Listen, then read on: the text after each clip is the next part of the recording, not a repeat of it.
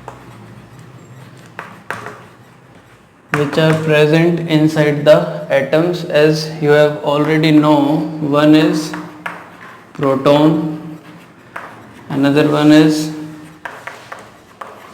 electron, and the next one is neutron. अभी proton पे charge कैसा होगा? पॉजिटिव। इलेक्ट्रॉन पे चार्ज कैसा होगा? नेगेटिव। और न्यूट्रॉन वो बिल्कुल न्यूट्रल होगा। ठीक है। अब जितना प्रोटॉन पे पॉजिटिव चार्ज होगा उतना ही नेगेटिव चार्ज किस पे होगा हमारे पास? इलेक्ट्रॉन्स पे। इससे दो चीज़ें क्लियर हो जाती हैं, क्या कि जितना भी, क्योंकि फिर जितने नंबर ऑफ प्रोटॉन्स होंगे उतने ही नंबर ऑफ क्या होंगे फिर? इलेक्ट्रॉन्स। चार्ज जो है वो तभी तो नलीफाई होएगा। ठीक है। तो जितने नंबर ऑफ प्रोटॉन्स होंगे उतने ही नंबर ऑफ इलेक्ट्रॉन्स होंगे किसमें? किसी भी एक एलिमेंट में। क्योंकि फिर हमें, क्योंकि एटम कैसा है? एटम एज अ होल वो कैसा है? Electrically neutral. एटम तो बिल्कुल न्यूट्रल है। न्यूट्रल वो तब होगा जब जितना पॉजिटिव चार्ज और जितना नेगेटिव चार्ज वो इक्वल हो जाएगा, तभी एटम कैसा होगा? न्यूट्रल होगा हमारे पास। प्रोटॉन और न्यूट्रॉन इनका मास सेम होता है।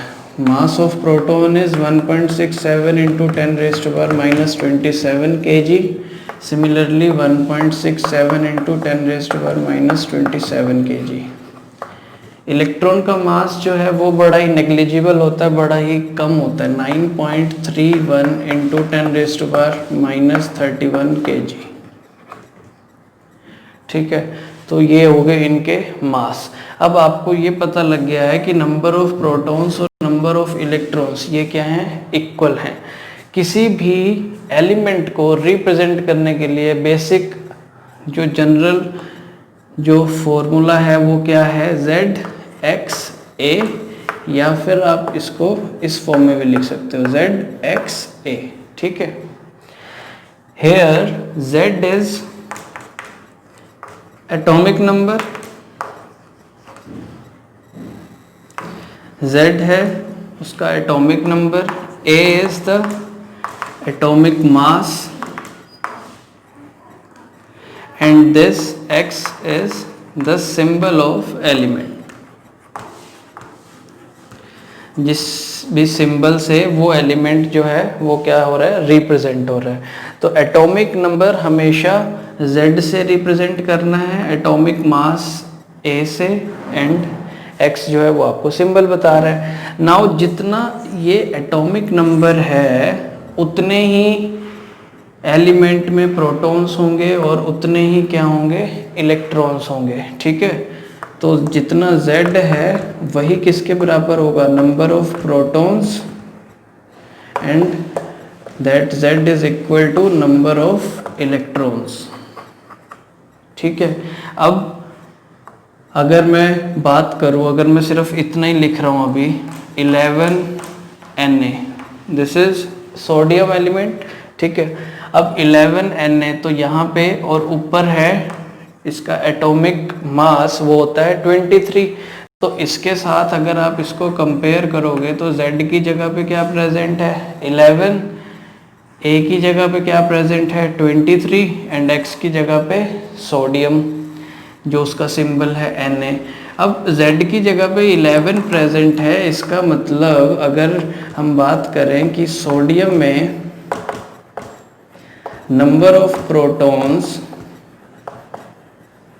और नंबर ऑफ इलेक्ट्रॉन्स ये कितने हो गए? ये दोनों ही किसके इक्वल हो जाएंगे? 11, क्योंकि उसका एटॉमिक नंबर ही क्या है? 11 है। इसका मतलब क्या हुआ? उसमें 11 प्रोटॉन्स हैं और 11 ही क्या हैं? इलेक्ट्रॉन्स हैं। अब न्यूट्रॉन्स आपको कैसे पता लगेगा? न्यूट्रॉन्स आपको हमेशा नंबर ऑफ न्यूट्रॉन्स जब भी आपने पता करने हैं, आपने क्या करना है? एटॉमिक मास में से एटॉमिक नंबर को सब्ट्रैक्ट कर देना है, A-Z। ठीक है। तो A इस केस में 23 है, Z इस केस में 11 है, तो नंबर ऑफ न्यूट्रॉन्स कितने निकल के आए हमारे पास, 12 नंबर ऑफ न्यूट्रॉन्स। तो इससे हमें ये पता लग गया कि जो ये सारा मास है, क्योंकि अब आप देख सकते हो न्यूट्रॉन पे चार्ज वो नहीं है, वो न्यूट्रल है, बट उसका मास तो किसके इक्वल है, मास ऑफ प्रोटॉन के।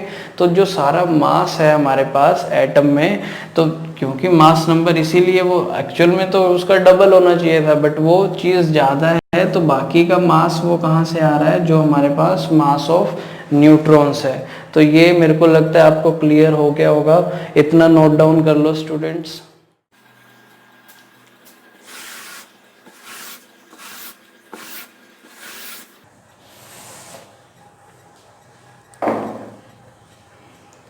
Now students, let us study about isotopes, isobars, isotones and isodiaphers.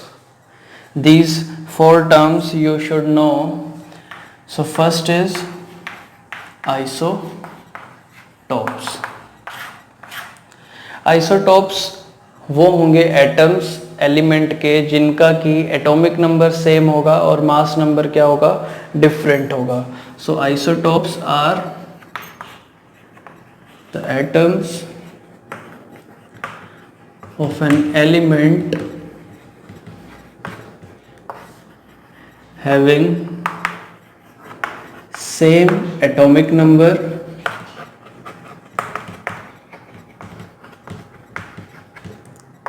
and different mass number।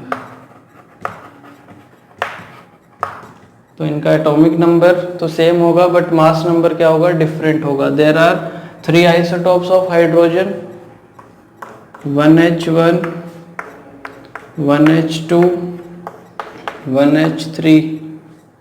अभी आपने देखा था ये क्या था हमारे पास, एटॉमिक नंबर, एंड ऊपर वाला था मास नंबर। तो आप देख सकते हो एटॉमिक नंबर सेम है और मास नंबर क्या है, डिफरेंट है। तो ये हमारे पास 3 आइसोटोप्स जो हैं वो हैं हाइड्रोजन के। This is protium, this is deuterium, this is tritium. Similarly ऐसे ही आपको क्लोरीन के भी मिल जाते हैं, 17Cl35, 17Cl37, नाइट्रोजन के 7N14 एंड 7N15। ऐसे ही हमारे पास ऑक्सीजन के भी हैं, 8O15 एंड 8O16। कार्बन के 3 आइसोटोप्स होते हैं हमारे पास, 6C12, 6C13, 6C14। इन तीनों में से अगर अबंडेंसी चेक करें तो सबसे ज़्यादा अबंडेंट जो है हमारे यूनिवर्स में कार्बन जो है वो हमें इस फॉर्म में सबसे ज़्यादा मिलता है। ये I guess 98%, 1% and this is 0.01%, तो सबसे कम में मिलता है, but this is an isotope of carbon. तो आइसोटोप आपको पता लग गया कि जिनमें एटॉमिक नंबर सेम होगा, मास नंबर जो है वो डिफरेंट होगा।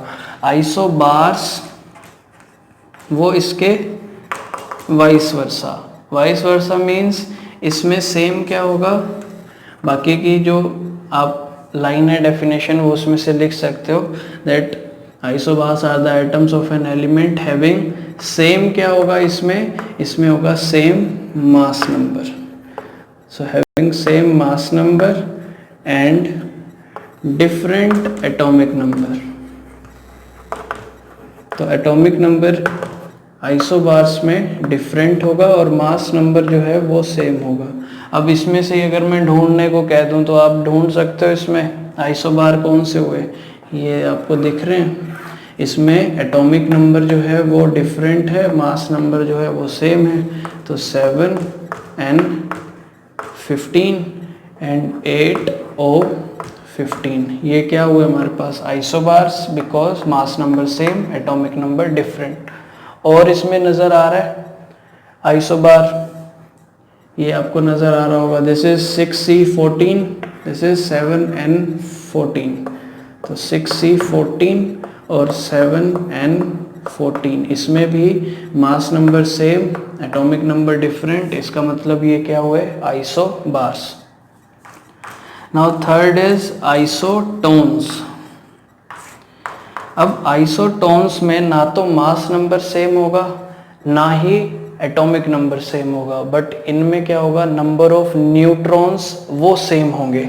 सो isotones are the atoms of an element having same number of neutrons. Same number of neutrons. अब न्यूट्रॉन्स आपको कैसे पता लगते थे, मैंने बताया था मास नंबर में से एटॉमिक नंबर माइनस कर दो, a माइनस जेड. तो सेम नंबर ऑफ न्यूट्रॉन्स जिसमें भी आएंगे वो हमारे पास आइसोटोन देगा. अब इनमें से अगर मैं आपसे कहूँ कि सेम नंबर ऑफ न्यूट्रॉन्स देख के बताओ तो किसमें आपको नजर आ रहे हैं, 7 and 15 माइनस करके देखो, 15 माइनस 7 8 और 16 में से 8 गया, यहाँ से भी 8 आ रहे हैं. तो जब इसमें मास नंबर में से एटॉमिक नंबर माइनस कर रहे हैं तब भी 8 न्यूट्रॉन्स आ रहे हैं और इसमें भी 8 आ रहे हैं. तो इसका मतलब ये किसका एग्जाम्पल हो गया, 7 and 15 and 8 और 16. This will be the example of isotones. तो ये भी आपको क्लियर हो गया होगा कि आइसोटोन्स क्या होंगे, जिसमें सेम नंबर ऑफ न्यूट्रॉन्स होंगे. तो इसमें नंबर ऑफ न्यूट्रॉन्स इन दोनों एटम्स में 8 है हमारे पास number of neutrons. So these are the 3. Now the last is isodiaphers. I think you have noted this down, isobars. I am rubbing this. Last is आइसोडायफर्स.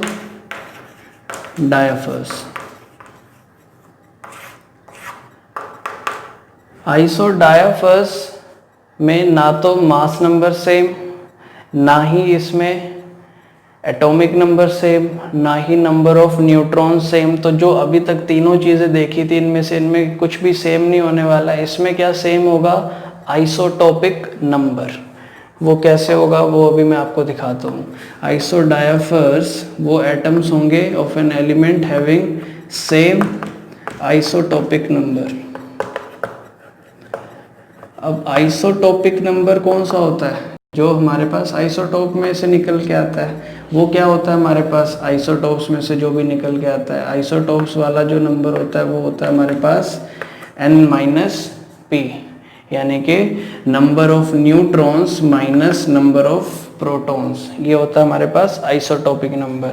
अब इसका एग्जांपल अगर मैं लूँ 11Na23, this is sodium, and 13Al27, this is aluminium. I am rubbing this isotones also. तो ये example मैंने लिए. अब इन दोनों में मैं नंबर ऑफ न्यूट्रॉन्स पता कर लेता हूँ पहले. तो नंबर ऑफ न्यूट्रॉन्स इस केस में कितने आ जाएंगे हमारे पास, 23 माइनस 11, तो 12 आ गए नंबर ऑफ न्यूट्रॉन्स. इस केस में नंबर ऑफ न्यूट्रॉन्स कितने होंगे, number of neutrons will be equal to 27 में से 13 माइनस करना पड़ेगा, तो 14 आ गए नंबर ऑफ न्यूट्रॉन्स एल्यूमिनियम में. सोडियम में नंबर ऑफ न्यूट्रॉन्स आ गए 12. ठीक है. अब नंबर ऑफ प्रोटॉन्स भी चाहिए हमें आइसोटॉपिक नंबर निकालने के लिए. नंबर ऑफ प्रोटॉन्स और नंबर ऑफ इलेक्ट्रॉन्स वो हमें किससे पता लग जाता था, एटॉमिक नंबर से. तो इसमें नंबर ऑफ प्रोटॉन्स वो कितने हैं, 11, और इसमें नंबर ऑफ प्रोटॉन्स वो कितने हैं हमारे पास, 13. Now you can see when you subtract number of protons from number of neutrons, यानी कि 12 माइनस 11, तो आइसोटॉपिक नंबर इसका 1 आया. सिमिलरली इधर भी जब आप n-p करोगे, नंबर ऑफ न्यूट्रॉन्स इसमें 14 है, प्रोटॉन्स 13 हैं, सो इसमें भी आइसोटॉपिक नंबर क्या आएगा, 1. So these 4 terms you should know before proceeding further. So note it down students. So this is all for today students. I hope कि आपको सब कुछ समझ आ गया होगा. अगर सब कुछ समझ आ गया है तो अभी लाइक बटन को प्रेस कर दो. एंड आपको ये वीडियो कैसी लगी है, अपने जो वैल्यूएबल कमेंट्स हैं वो भी आप कमेंट सेक्शन में टाइप कर सकते हो. एंड अगर आपने फर्स्ट पार्ट मिस कर दिया है तो उसका भी डिस्क्रिप्शन में आपको लिंक मिल जाएगा, वहाँ पे आप क्लिक करके उस वीडियो को भी देख सकते हो. And if you find this video useful, kindly subscribe my channel for upcoming video lectures, press the notification bell also, ताकि आपको लेटेस्ट जो वीडियो है उसकी नोटिफिकेशन मिल जाए। Thank you.